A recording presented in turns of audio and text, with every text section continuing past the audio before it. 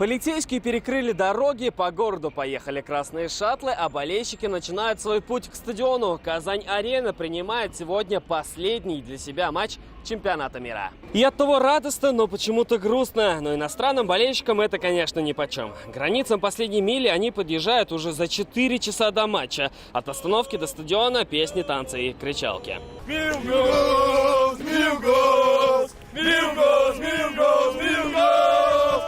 Score probably 3-0 to Brazil. Счет, возможно, будет 3-0 в пользу Бразилии. Я надеюсь, что мы сможем показать все, на что мы способны, и игра будет хорошей. Fall tonight. Бельгийцев на подступах к стадиону визуально гораздо меньше, чем бразильцев. За южноамериканцев сегодня болеют и фанаты не играющих команд. Что делать, если нашей нет? Приходится эти матчи смотреть. Бельгия. За Бельгию болеете? Да. Почему? Ну, Россия уже много имеет. Вживую увидеть игру фаворитов чемпионата мира на Казань-Арену идут и российские болельщики. Отличная разминка перед завтрашним четвертьфиналом.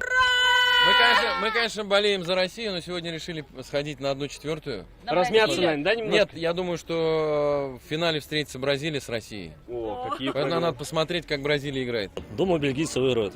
Почему? Ну, потому что у них золотое поколение, и обидно будет, если они проиграют.